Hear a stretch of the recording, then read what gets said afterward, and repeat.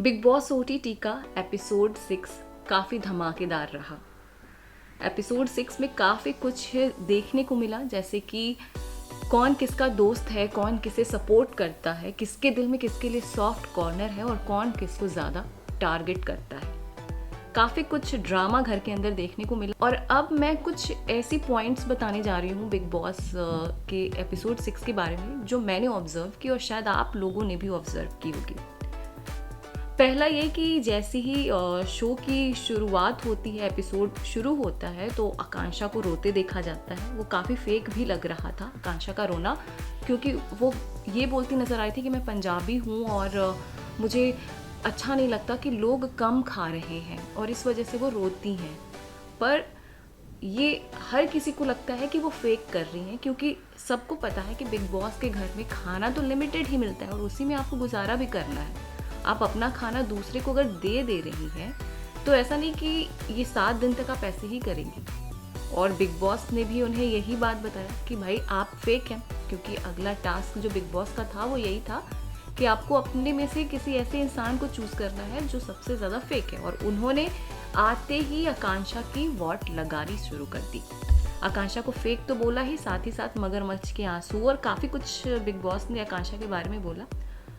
और जिसके बाद बाकी कंटेस्टेंट्स को भी आकांक्षा फेक लगने लगी। अभी कुछ दिनों तक आकांक्षा जो थी वो घर में एक सबसे ज़्यादा आई कैचिंग कंटेस्टेंट थी। लोग उन्हें सबसे ज़्यादा पसंद कर रहे थे, उन्हें देखना चाह रहे थे। पर जैसे ही बिग बॉस ने उनका पर्दाफाश किया कि ये सबसे ज़्यादा फेक कर रही हैं इस घर में और उन्हें मेल अटेंशन भी भर भर कर मिल रहा है, जैसे कि जैद जो है वो आकांक्षा के प्यार में पागल ही हो गया है, अभिषेक भी आकांक्षा के साथ ज़्यादा बातें करता है और अविनाश को भी आकांक्षा के साथ बातें करते देखा जाता है। तो इस तरीके से मेल अटेंशन तो आकांक्षा को भर भर कर बिग बॉस के घर में मिल ही रहा है।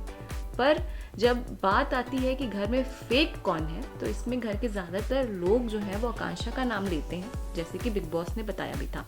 पर बिग बॉस ने ये भी ट्विस्ट रखा था, जिस कंटेस्टेंट का आप नाम लेंगे, अगर आपके नाम से और जो बाहर जनता भी वोट कर रही है अगर उससे मैच करता है तो आपकी जो प्राइज़ मनी है, आपकी जो राशि है, मतलब जो घर में जो पैसे हैं वो डबल हो जाएंगे।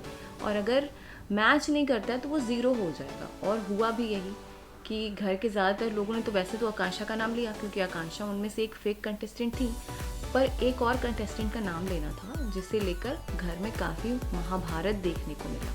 काफ़ी लोगों ने बेबिका का नाम लिया, काफ़ी लोगों ने मनीषा का भी नाम लिया और आलिया का भी नाम लिया। पर बात एक समझ में नहीं आई कि जब मनीषा ने अविनाश का नाम लिया तो अविनाश पूरा भड़क गए, लेकिन जब अविनाश मनीषा के बारे में बात कर रहे थे तो मनीषा क्यों ना भड़के। और जब मनीषा भड़कने लगी तो जो फलक थी, जो एक कैप्टन थी, वो अपने दोस्त अविनाश को शांत कराने की जगह वो मनीषा पे चिल्लाती दिखी, जो कि काफ़ी वियर्ड लग रहा था।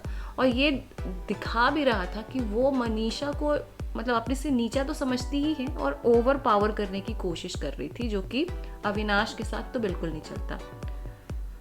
और एक और चीज़ काफ़ी बुरी लगी कि मनीषा ने पगला वर्ड यूज़ किया, जो कि नॉर्मली पगला बोला जाता है। और मनीषा ने ये बात खुल के भी बोला कि भाई मेरा लैंग्वेज है। वो अपने बातों बातों में कई बार अभिषेक को कुत्ता तक बोल दी है और पगली, ये सब कुछ बोलती रहती है, वो उसकी लैंग्वेज में है। पर उसने जब ये बात जेड के लिए बोली, जो कि वो मनीषा का नाम ले रहा था, तो अविनाश बीच में आके भड़काने लगता है कि ये तो पागल बोल रही है, जबकि ऐसा कुछ नहीं था।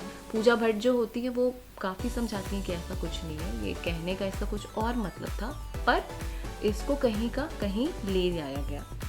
और जब ये पूरा नॉमिनेशन ख़त्म होता है तो बिग बॉस से बता भी देते हैं कि ऐसा कुछ नहीं था, आपने नाम दिया है और जो जनता ने नाम दिया है ये मैच नहीं हुआ, तो इसका मतलब प्राइज़ मनी ज़ीरो हो जाता है। और उसके बाद बेबिका को जेल जाना पड़ता है और आलिया को भी फलक की तरफ से, क्योंकि फलक कैप्टन थी तो उसको चूज़ करना था एक नाम, तो उसने आलिया का नाम लिया था, तो आलिया को भी और फलक को भी और साथ ही साथ आकांक्षा को भी जेल भेज दिया जाता है। अब बेबिका इससे बहुत गुस्सा होती है और लाजमी भी था, क्योंकि उसका नाम लिया गया था जो कि उसकी कोई गलती ही नहीं थी। दूसरी तरफ फिर ये कंट्रोवर्सी क्रिएट की जाती है कि मनीषा ने पागल बोला है जैड को, और जो जैड है कहीं ना कहीं वो मुझे भी बहुत ज़्यादा कंफ्यूज लगता है, क्योंकि वो मनीषा को ही टारगेट करते रहता है और उसे मनीषा से ही फुटेज भी मिलता है। अगर मनीषा उसको फुटेज ना दे तो शायद वो दिखे भी ना।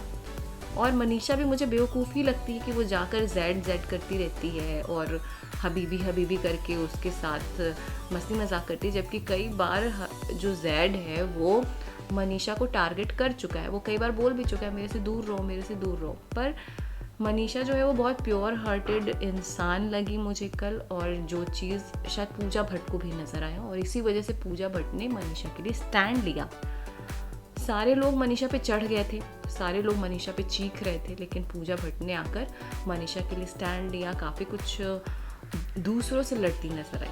अब मनीषा किचन में रोती हुई भी दिखती है कि मुझसे इतना बोला नहीं जाता है और लोग गलत समझ रहे हैं, लोग भड़का रहे हैं उसको। तो पूजा आके समझाती है कि ऐसा कुछ नहीं है, हम समझ रहे हैं कि जो तुमने बोला है वो इंटेंशनली नहीं बोला है, तुमने उसे किसी दूसरे ढंग से बोला है।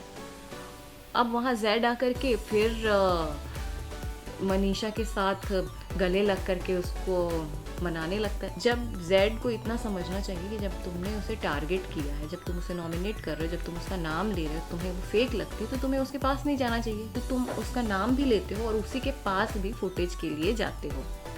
तो ये सारी चीज़ें कल देखने को मिली, और एक बहुत इंटरेस्टिंग चीज़ कल ये भी नज़र आई कि पूजा भट्ट जो मनीषा का स्टैंड ली थी, कुछ लोगों को पसंद नहीं आया। पूजा ने पलक और जिया को काफ़ी कुछ सुना दिया कि ये तुम लोगों से ज़्यादा समझदार है। वैसे पूजा भट्ट को इतना कुछ नहीं बोलना चाहिए था। पूजा भट्ट की कहीं ना कहीं ऐसी लगती है कि वो बहुत ज़्यादा ओवर कर गई कल, और उन्होंने पलक को बहुत ही ज़्यादा कुछ सुना दिया कि तुम्हें सुनना नहीं आता, तुम्हें सुनना नहीं। और कहीं ना कहीं पूजा भट्ट के दिमाग में इस चीज़ को फीड अविनाश ने ही किया है, क्योंकि अविनाश ने एक बार बात करते हुए बोला था कि वो सुनती नहीं है किसी की, उसे सुनना नहीं आता। और यही बात पूजा भट्ट बार बार पलक के साथ तो फाइट में बोल रही थी कि आपको सुनना नहीं आता।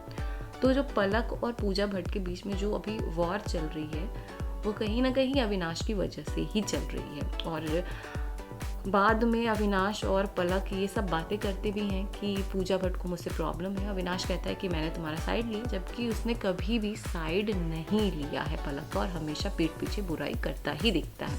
और जहाँ तक फेक ऑडियंस की बात है, तो अविनाश तो 100% फेक लगता है, क्योंकि वो झूठ मूठ का चीखता चिल्लाता है। वो जैद को भड़काते हुए भी नजर आता है कि इसने मैड बोला है, इसने ये बोला है, इसने वो बोला है, और तुम इसे ये नहीं बोल सकते कि उसके पास दिमाग नहीं है।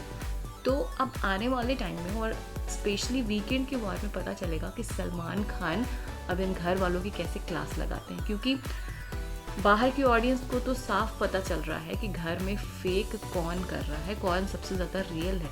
अब सलमान खान आकर कैसे इनकी वाट लगाते हैं, ये तो वीकेंड के वॉर में पता चलेगा। फिलहाल आने वाला एपिसोड बेहद इंटरेस्टिंग होने वाला है। आपको क्या लगता है, आपके घर में फेवरेट कंटेस्टेंट कौन है? हमें कमेंट्स के ज़रिए ज़रूर बताएं।